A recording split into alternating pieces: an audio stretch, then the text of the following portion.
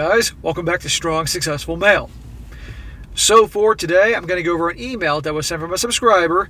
It's from a guy. He is 46 years old. He's living in a different country. Doesn't mention what country he's from, but doesn't matter. And he's going to share his story about events that happened like 30 years ago when he was a teenager, high school age, about how he fell in love with the first girl that, obviously he really liked and all that, and all the mistakes he made, and how ultimately he learned even back then, through his life experience, advice he got from his family, how pretty much the things I talk about, guys, for you relationship and dating guys, was dead on back then as it is today. And I'm doing this one on purpose, guys, to show you that a lot of guys I've gotten emails or comments from, I kid you not, think that what I talk about, they say, oh, it's different in my culture.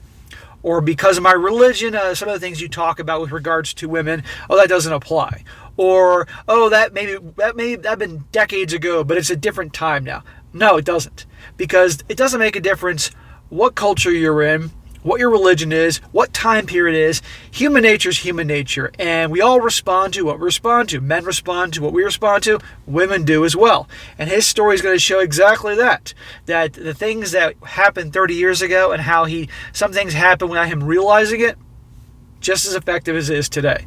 So, and also, by the way, guys, as I tell you guys all the time, if you got a great story to share with me, by all means, email it to me. I don't care if it happened last week or it happened 30 years ago. Well, this is about events that happened close to 30 years ago. And you're going to see ultimately in this guy's story how these things happen with regards to these girls, and particularly this one, and how he learns that pretty much by not putting girls on the pedestal, not kissing their butt, and not giving them your full attention, it's amazing the wonders it does on a girl's attraction for you, and especially if she is jealous of another gal, where she could have no interest in you, but all of a sudden you remove your attention from her, and you start, other girls start liking you. Well, then all of a sudden she likes you. That type of crap. So it's a good one. That'll be a good one to go over, especially for you younger guys, especially for you relationship guys. So it starts off. He says, "Hello, SSM. Thank you for taking the time and giving your advice to the fellows out there and spreading the word about how things really are. I've been watching you for a long time. When I started following you, you were still doing videos from your home. That long ago." Wow, we're talking February, early March 2020. That's when I just started the channel, and I was literally, guys, just screwing around. I had no intention of actually, or shall I say, I had no idea that this would actually take off. I was just messing around on my couch, and then I started doing them in the car, and that kind of took off the way it did. But thank you for watching, being subscribed to me that long. You're a platinum subscriber. Anyhow, he says, anyway, I have something to share with you, hopefully with all of your audience. If you think it's worthy, it's going to be a little different than the usual stories that you read, and I hope it helps someone. English is not my first language, so if I have spelling grammatical errors, please be patient with me. You did pretty well, man. I've obviously read this a couple times. You've done pretty well. And here's another one that says they're from another country. And excuse my English. Add that to the jar of dollars. I can add up to how many times I hear that so I can retire early. He starts out saying, "I was born into a solid family. My father is a strong presence even today. He's 84 years old and still working every day with no intention of slowing down anytime soon. Also, I had a mother that died of cancer 12 years ago and 5 sisters. I'm the youngest sibling." Oh my God. 5 sisters. Your dad must have been dying to get a son. He just kept trying and trying and trying. Didn't make it. He had 20 kids. He was going to have that son, and he got you. Notice he stopped after you. But probably after all that, no wonder he's still working till he's 84 years old. He has to. But that's cool about your dad. He's a strong alpha presence. You needed that, thank God, with all those women in the house. And that's cool that he must like what he does. I'm going to keep working until I'm old and gray. Why would I sit on the couch and watch reruns of Friends and The Big Bang Theory? I'm going to keep doing stuff. When I was 12 or 13, my mother and some of my sisters sat me down and told me something along the lines of, "Love is not like the movies. Ladies don't love emotional, sensitive weaklings. They want to be led by a strong male. And then, the most important thing, never, never give a woman all of your attention, all your money, and all your love." Wow, what great advice you got from your family. I mean, usually, I tell you all the time, don't take advice from women about women because they don't know what the hell they want. But in this situation, I'm kind of amazed that they actually hit the nail right on the head. You're no doubt in a country where at the time, the feminist movement didn't have sink its claws into your society. So They already knew right then and there. And what do we have nowadays, guys? Guys being portrayed in the movies and TV to be sensitive, emotional, crying, all that bullshit, letting the women lead instead of the guys. Now, how's that worked out, right? When guys do that stuff, it turns them the hell off. My father and mother always had a good relationship, and all my sisters adore him. He has never been an a-hole to anyone, but takes no BS from anyone. Right.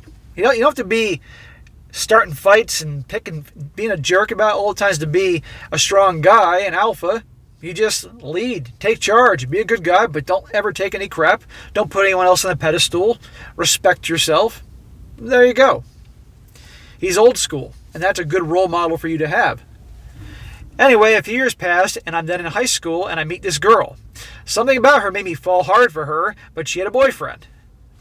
Well, they always do. Something made you fall hard for her, probably the size of her rack or her tight ass. So while I was around and we were friends, she knew I liked her. I never intended it to be a secret. Newsflash, they all know when you like them, guys. Okay, we're not very good at hiding these things. Girls are pretty good at hiding. Guys, no. We usually suck at it.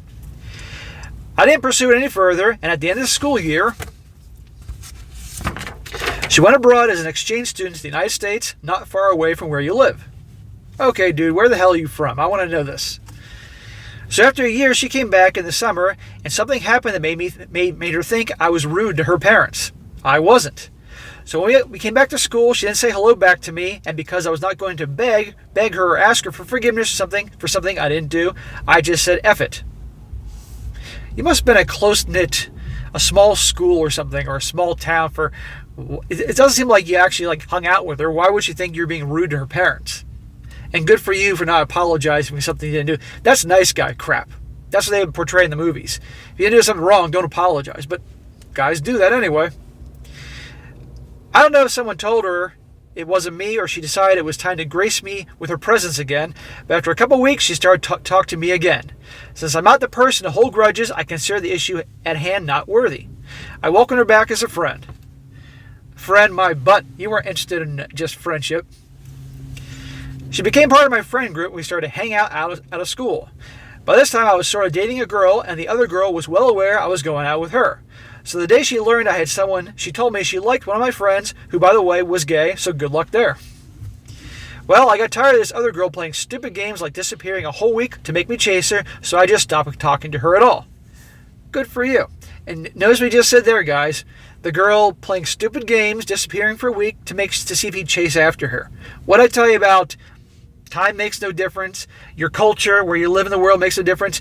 Women are going to do what they do, and guys are going to do what they do. And again, this guy's proven he's handling it right. I'm not going to chase after you. I'm tired of your stupid games. Goodbye. There you go. However, he has this thing for this chick, so obviously, well, you'll see how this goes. Around this time, we were playing Spin the Bottle, and me and my crush had to give each other a French kiss. She was a great kisser, and I'm ashamed to admit it, it brought back all those feelings of years before.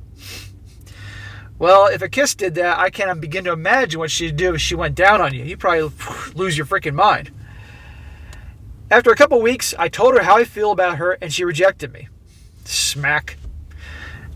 Now you're being like one of those guys in the movies. Now you're doing what your parents said not to do. The guys go pouring their feelings out to the girl. No. It should be she pours the feelings out to you, and you're like, okay. I feel the same way too, baby. Or whatever. Not go pouring out your emotions and feelings and all that. Girls will be like, they'll be turned off by that. But of course, that's what they do in movies. And of course, they all melt when the guy does that. And of course, she wasn't interested. She told me she didn't want to lose what we had as friends. Oh my God, the typical line. I see our friendship is just so much better than us being a couple. Let me tell you, if she really liked you, that whole friendship thing, she wouldn't care about that whole friendship thing. She'd want you to herself. That's just the line that girls give to guys. They don't want to hurt their feelings, or our friendship is just so much stronger, and blah, blah, blah. Bullshit. See? Another typical line on a different part of the world in a different time period. He says, note that it was the mid-1990s, so the term didn't exist yet, but I was effectively friend zone. You were. First time I heard the term friend zone was when I watched the show Friends. And I think one of the episodes where Ross, the character, I'm sure most of you guys have seen that show, whether you want to admit it or not. He liked Rachel and Jennifer Aniston, and Joey says to him, like, dude, you're in the friend zone. You've been hanging out with her too long. That's the first time I heard that, and it was in the mid-90s. I won't lie, it hurt a lot, but I had my family's advice and didn't drown myself in my sorrow. Anyway, she's one chick, dude. Okay, she's a good kisser, so what? You can meet other girls. Okay, she just wanted to be my friend. I can take that. So while I still had feelings for her, I moved on, and soon enough she introduced me to her friend, who was really cute, feminine, good-mannered, and a modest girl. And I let my crush know that I liked her friend, who also kind of reciprocated to me. A funny anecdote here, I had another female friend at the time, and she was my confidant. She was the one I went to vent my frustrations with my crush. And once she rejected me, I was complaining with this friend about it. She held my hand, put her face next to mine, and said, don't worry, there's a woman out there that loves you the way you are. Translation, your friend, this girl who you went to talk to other girls about, had the hots for you. I responded with a thank you, you're a great girl. I will always be your friend. She made a funny face, and truth be told, it took me some years to understand why she didn't speak to me again. Duh, dumbass, because she had the hots for you. She was listening to all your crap with your girls that you like because she was hoping to have a shot with you. This is exactly in reverse to what guys do. You know, nice guys will listen to all the problems and of the girl they like and be the friend and be there for them, just like this girl, in hopes that they'll have a chance with them, just like this girl did. And when you pulled that "you'll always be my friend" thing with her, she was like, done. But at least she moved on. A lot of guys will hang around forever to hear it, even though the girl says flat out, "You're my brother. I love you as such a friend," or "we'll always be friends," or some crap like that. Again, same thing in different cultures. Anyway, for a couple weeks, it seemed like me and my crush's friend were hitting it off, and I really wasn't talking that much to my crush. But all of a sudden, she put a wall on me, and while still friendly, she was obviously rejecting my advances. Hey, fine, move on. Being how I am, I said to myself, fine, and told my crush I was not going to pursue anything with her friend anymore. She responded with to tell you the truth, I don't want you to hook up with her. Oh, how interesting. So your crush, the one who rejected you, all of a sudden now she doesn't want you hooking up with her friend because now she's getting jealous because you took your attention away from her. Interesting how that works. Now that I'm older, I realize that my crush had to tell her friend to back off. Aha! See, I didn't catch that early on. She's the one that got your friend to back off. Her friend, the girl you were seeing, to back off because she liked you. Because you took your attention away from her. Isn't that amazing, the power of removing your attention from girls? You know, because they're like, wait a second here. Every other guy will just keep chasing after me, but this guy isn't. Well, now I'm suddenly attracted to him. Later that week, my crush told me to go to her house, and she took me to a park nearby. There, she basically told me she didn't like that I wasn't giving her attention. What'd I tell you? That she had some feelings for me she needed to sort out, and the best way to do that was to be boyfriend and girlfriend. Oh, okay. And this guy was probably overjoyed. What he should have done was like, oh, no, you had your shot. Or had some fun, then moved on. Because this girl is obviously wishy-washy here, a roller coaster emotions, if you will. And it's only a matter of time before that happens again. And again, remember, guys, you give a girl what she wants too much, too quickly, too easily. If you become too easily available, that's going to come back to haunt you down the road. You want to be a challenge. You're going to see he just gives in to her and becomes boyfriend, girlfriend. No, he should have made her work to get him. For 8 months, it was an amazing relationship. But then she moved to college while I was still in high school, and she started pressuring me into a wedding. At what? 17, 18 years old? Are you out of your damn mind? Again, what country are you from, bro? No, that's insane. From this moment on, we didn't see eye to eye anymore. And while we dated for another 9 months, things were never the same, and she moved to Germany on a 1-year program there. Once she left, I never heard from her again. I guess it was too painful for her to break up with me, and she just took an easy escape on my side. It was the most painful experience of my life, realizing that she just ghosted me because it does. because it does, but I just went out there and soon enough I was hooking up with another girl, which came with a lesson herself, and I can talk about that if you want to actually. Kind of a run-on sentence there, but the gist of it is she was talking about getting married. He's like, no way. They dated again for another 9 months. Things really weren't the same, and eventually things dwindled, and she eventually just disappeared on him. And I'm sure that would suck because he spent a year and a half when you're that age seems like forever. When you're my age, 44 years old, a year and a half feels like a week. It's not that big a deal, but I get it. We've all been heartbroken. But good for you for not being pressured into something stupid like getting married at 18 years old or getting engaged. But you learned a lot of life lessons there. And he moved on with other chicks. That's what you do. He says, actually, I have some other crazy stories from crazy chicks that spawned from the mid-90s to last year, and you can learn a lot from them. There's always lessons to be learned.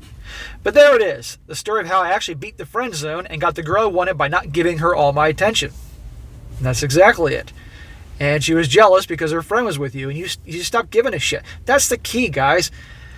Being yourself, having a good time, never chasing, and not giving a crap, And I don't mean in a mean way. And again, this is for you relationship and dating guys. I know a lot of guys watch me are like, SSM, I don't give a crap because I don't date women. I'm done. Okay, fine.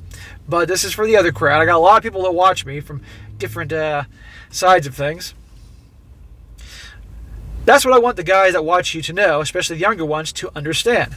I'm 46 years old now, and while I'm a relationship guy, I'm not and have never been and never will be married, and I don't mind being alone. There's always someone to hook up with if you're really lonely. Yeah. If you're a guy who takes care of himself, he's comfortable in his own skin, you're confident in who you are, you've built yourself up to be what is considered to be high value, high status, whatever the hell those labels you want to put on it, you can get women. It's not hard. Take care of yourself. Do well for yourself. It's not going to be hard. But a lot of guys are marriage guys, but you can do relationships, and when they run their course, okay, you're done. You move on. But he said right here, I don't mind being alone. That is the key to everything, guys. Purpose enjoying who you are and being comfortable on your own. Because if you constantly need people, then you're more than likely to put up with people that you really shouldn't. Friends, family, lovers, girlfriends, wives. But if you're comfortable on your own, hey, if things don't work out, it's not the end of the world.